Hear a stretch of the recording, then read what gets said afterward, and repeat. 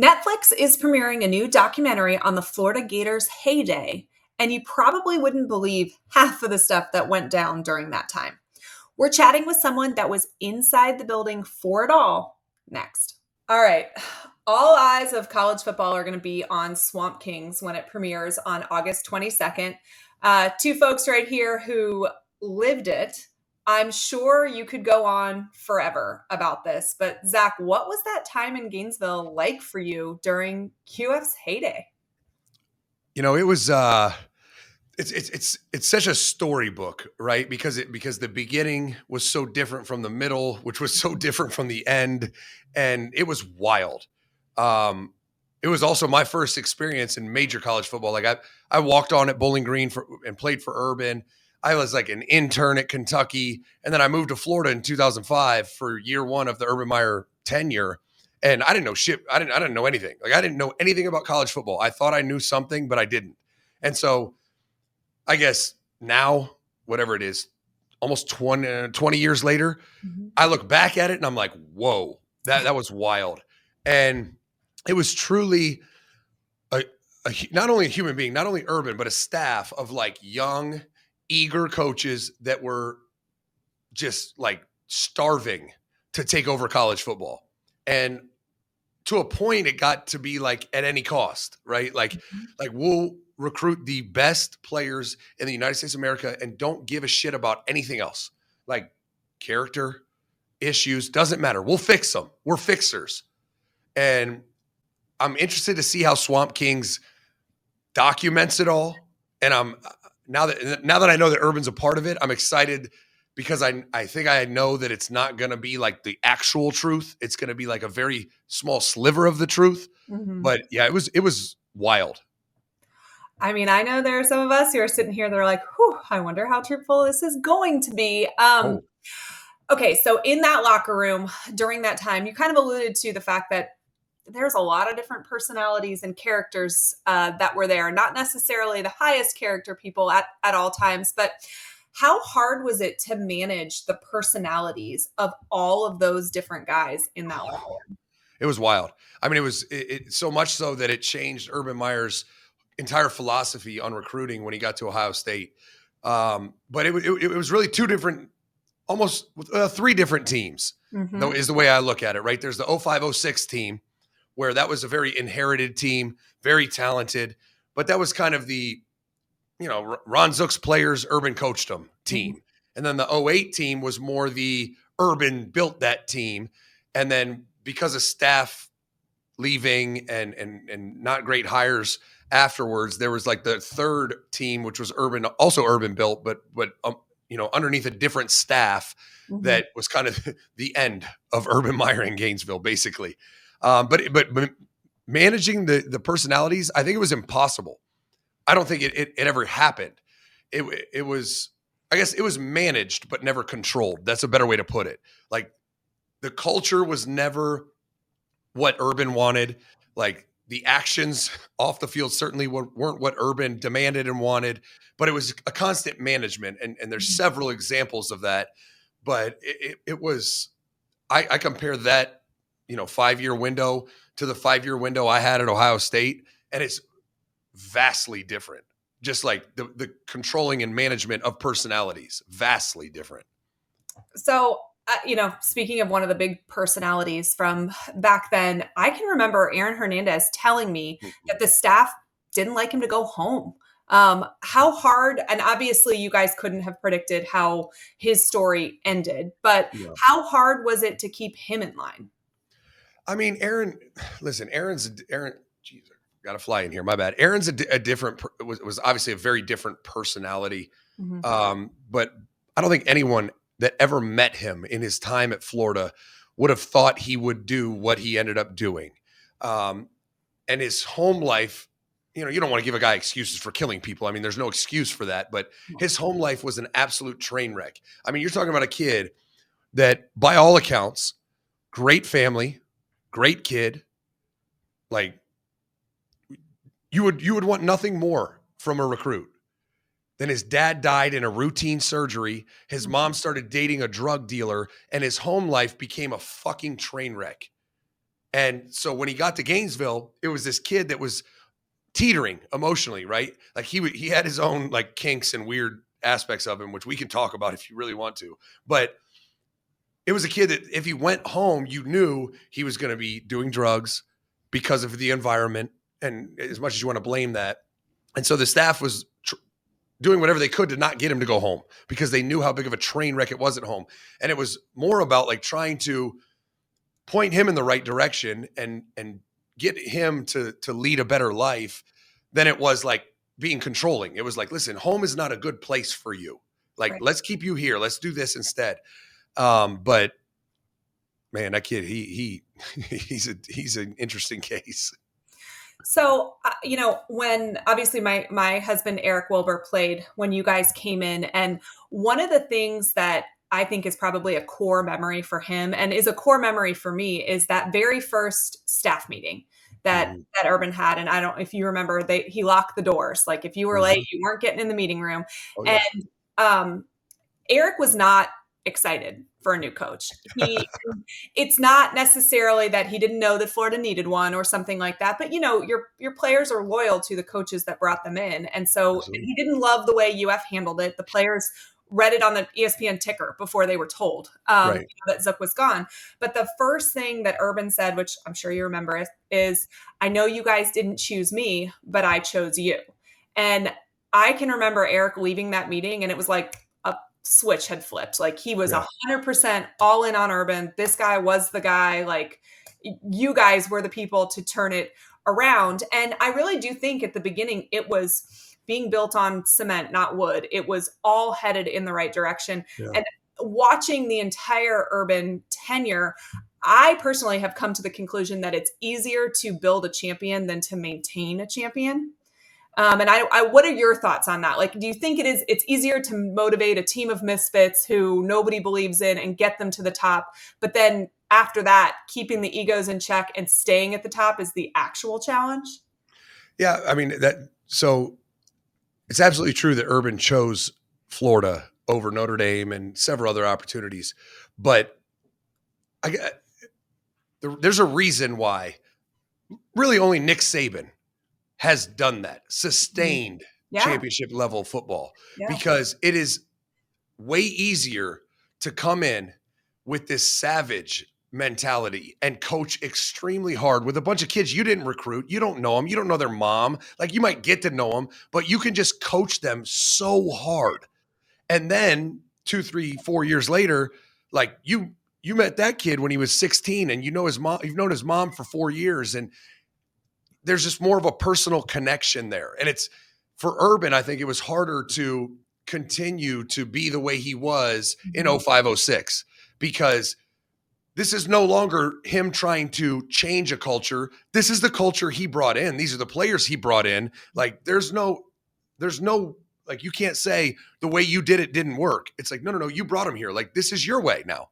And sure. and Urban's biggest problem has always been, I mean, everywhere. Well, I guess the only two places he was at longer than 2 years, Ohio State and Florida, was he was so good at blowing everything up Hmm. and building it in with, like you said, a concrete foundation, building a program.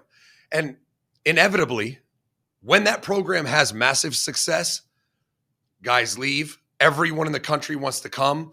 And recruiting is I'll say easier, but also harder to identify the right kids. Sure. It's not harder to get kids, it's harder to identify the right kids. And when coaches leave, hiring new coaches, like he never was Nick Saban. He never hired a coach that was as good or better. He never brought in the right kids after the fact. And that was his biggest demise at Florida, was he brought in class after class after class. And eventually it was like, those kids are now running the program. You're not. Hmm. We've spent a lot of time talking about, the problem guys there, which they existed. They were there 100%. But there were also good guys that Oh, were in yeah. this locker room. I like to think that I'm married to one of them, and lots of guys who have gone on to be successful men, Yeah. fathers, coaches elsewhere. One of the biggest names, or the biggest name, obviously, during that time is Tebow. How did you guys deal with Tebow mania, because it wasn't just Gainesville, it was literally everywhere. Yeah, it was wild. It was wild. And then I think the only saving grace, having been around, I don't know if I've ever been around a player that was as massively notable as Tim Tebow, but I've been around some really, really popular players. And the one thing that was, I guess, easy on the Tebow front was he was such a humble, I guess humble's the wrong word. He was just such a grounded human being, right? Like he just wanted to win so bad. He was so competitive that and he listened to all that noise. I'll never forget the number of times that Dan Mullen had to call him in a meeting room and he's standing outside the meeting room watching ESPN talk about him just because he paid attention. He cared a lot. But he's such a quality human being that it was low management considering his stardom, right? I've been around maybe other players that don't have his just innate character. And when they achieve stardom, it's like you're dealing with this celebrity superstar that's going to be on TMZ. That was never going to be him, right? You were never going to worry about what Tim Tebow did when he left the facility. Like he might not hang out with the team like you want him to, but you're not worried about him. So dealing with the mania was the only hard thing about it was the inner team cultural dynamics, right? Because you have this massive superstar that is this great kid, hard worker, but no one really I don't want to say gets along with him. No one really is close with him because he's so bizarrely different than everyone else. Right. Like we tried to make Tim Tebow the leader of a team and the team couldn't relate to him. And so that was the hardest thing dealing with Tebow and the dynamic of him and the player that he was you go in a locker room with Brandon Spikes, Riley Cooper, Percy Harvin, those kids didn't really fuck with Tebow. They didn't really hang out with Tebow. They never went out with Tebow. They never saw him out. They didn't hang out with him outside the facility. The only time they saw him was with Mickey Marotti in a weight room or at practice. And it's hard to make that guy the captain of your ship. You need somebody that is out with the guys. They do a barbecue at whatever apartment complex. They go to the swamp on Friday night and hang out. That guy can be your leader. It was hard to make Tim Tebow the captain of the ship just because he was so different from everyone else. So what do you think that the staff back then could have done differently to keep the ship on track and headed at full steam in the right direction? Oh, man. Well, I think Urban could have done a better job in recruiting of identifying the right kids culturally to build the culture that he, in his mind, envisioned. But also there was an obsession with winning. I think because a lot of the staff, this was their first crack at major college football, right? They were obsessing about winning a national championship. And I don't think Urban or the staff or any coach really believed that you could do that without maybe the absolute best receiver in the country. You could do it with the 3rd, 6th, and 10th best receiver. You don't need 1, 2, and 5. And culture and fit matters more. And that was the one difference between Florida and Ohio State. When we got to Ohio State, it's listen, I'm not dealing with a kid that might not be able to make it here academically. Because Allie, you went there. Florida is a really good school. Yeah. It's really fucking hard for a dumb kid to make it. It just is. And there's no shot at anyone, but that didn't matter when we were at Florida. When we got to Ohio State, which is also a very good school, if a kid struggled academically, we tested him immensely to see what were the learning deficiencies? Is it an effort thing? Is he lazy? And if he is, we would cut him loose immediately. Because it's the kid's not going to make it here. It's going to be too much effort. It's going to take away from what we're trying to build here.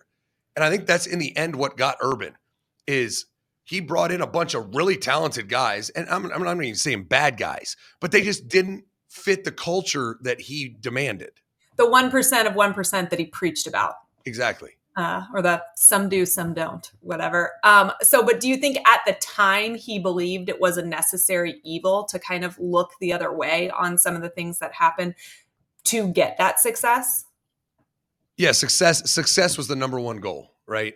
And I don't want to say look the other way. It was more just absolutely overwhelmed with all right, this shit is going on. What do we do about it? It wasn't that he wanted to look the other way. It was all right, this is what we have to do. We have to have Hiram DeFreeze call Huntley Johnson and go meet with a judge and get this kid a reduced sentence or something. It was just all right, just figure it out. Mhm. And I'll never forget taking Marcus Thomas. I had to personally drive him to rehab every day. And it's like, it was always with the right intentions of Absolutely. like helping a kid or trying to help him figure it out. And the Avery Atkins deal is what really changed Urban Meyer and the whole program forever, because he had a threshold before Avery Atkins. There Mhm. was a point where you fucked up enough, you're done. Marcus Thomas is the example of that. He Um, kicked Marcus Thomas off of the team in 2006, like week 8. yeah, in the middle. Probably one of the best D tackles I've ever seen. Yeah. Like, kicked him off the team. And then when Avery Atkins later died, there was just an immense amount of guilt. Like, could I have done more? Could I have helped him more? Like, maybe I should have given him one more chance and assigned a GA to just live with him or just follow him. Like, Mhm. just an immense amount of guilt because the kid died. Yeah. And it changed everything after that. I think that that's probably what most people around during that time would say was the turning point, For was sure. Avery Atkins, and what happened there. And I do think that none of the things that happened were for lack of effort. And I think about Marcus Thomas and all the stuff that went on. And I can remember Marcus Thomas thinking his life was over. But I guarantee you today, Marcus Thomas would say that it was probably the best thing that ever happened to him and it saved Oh, him. So I do think that that's, it's such immense pressure that is on you guys as a coaching staff. And it's hard to know what is the right thing because you gave Marcus Thomas a second chance. He might not be where he is today. So as much as you can second guess the kicking off of Avery Atkins, it saved Marcus Thomas, probably. absolutely. And Um, there's several examples. I mean, you could fast forward to Noah Spence, who played at Ohio State, and mhm, Urban didn't kick him off. The NCAA DQ'd him because he failed a third drug test, and he right. was done forever. But he ended up going to whatever school, Eastern Kentucky, and played in the NFL. I mean, it's all circumstantial, right? Like, it's how you respond to those things what really matters. And but when a kid dies, it's like, it just weighs on your heart. It still weighs on my heart. And I didn't even really know Avery that well, but he was such a beautiful kid, such a good, like, seemed like such a bright soul, good kid that had a couple issues, like had a girl issue, like had a kid young. And it was just like his life spiraled out of control. And then when he died, you're looking back on it like, that wasn't a bad kid. Yeah. Like, it wasn't. Like, there, don't get me wrong, there was some bad, like, to this day, I'm like, that was a bad guy. Like, that guy that played for us, he was not a good person. Avery Atkins wasn't. Yeah. So, are you excited for this documentary to come out? Are you nervous at all about what'll be portrayed in Swamp Kings?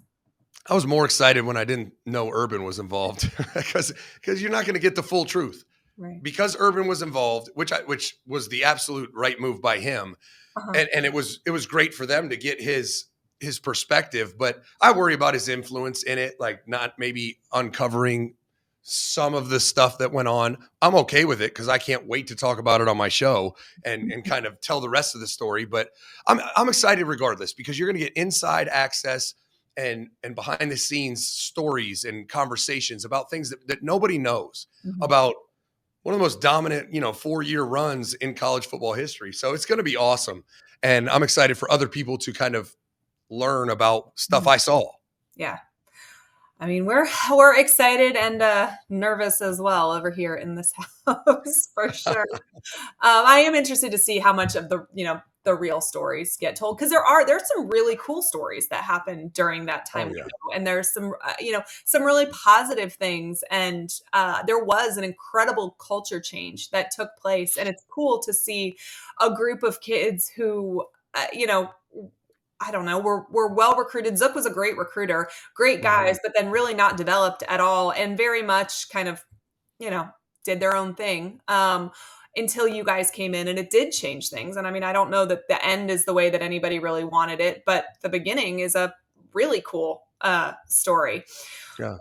All right. Well, do me a favor. Tell everybody where they can listen to your show, where they can follow you on social media. You're doing something that pretty much nobody in the country is doing, and that's given everybody a behind the scenes look at what college football is really like. And Right. most people aren't allowed to do that, or if they are allowed, they never actually firsthand experienced it. There's no doubt. Well, we go live on YouTube every day at noon Eastern Standard Time, and then podcasts. I don't know, everywhere you can find it. We're out there, and it's really fun. It's really fun. And to your point, I've talked to I mean, I don't even know at this point. I've been doing it, I think, 4 years now. Dozens of college football coaches that are just like, damn, when I'm done, I'm going to do what you're doing. I'm like, no, you're not. Like, you, you don't want that reputation to actually tell the truth, because I don't know, it's such a fraternity. College football is such a fraternity that, like, if you go outside of it, it's like, whoa, you can't say that publicly. Everybody likes the sunshine, but nobody wants to see how it's made. That's a fact. That For is a sure. fact. Appreciate Zach Smith for joining me to talk about Swamp Kings. We've got a talk with him coming soon on some insight about Jeremiah Smith and what Florida's chances are to flip the number one wide receiver in the country. So lock in with the channel so you don't miss it. If you are hyped about football season coming and want an early look at UF's first opponent, click right here.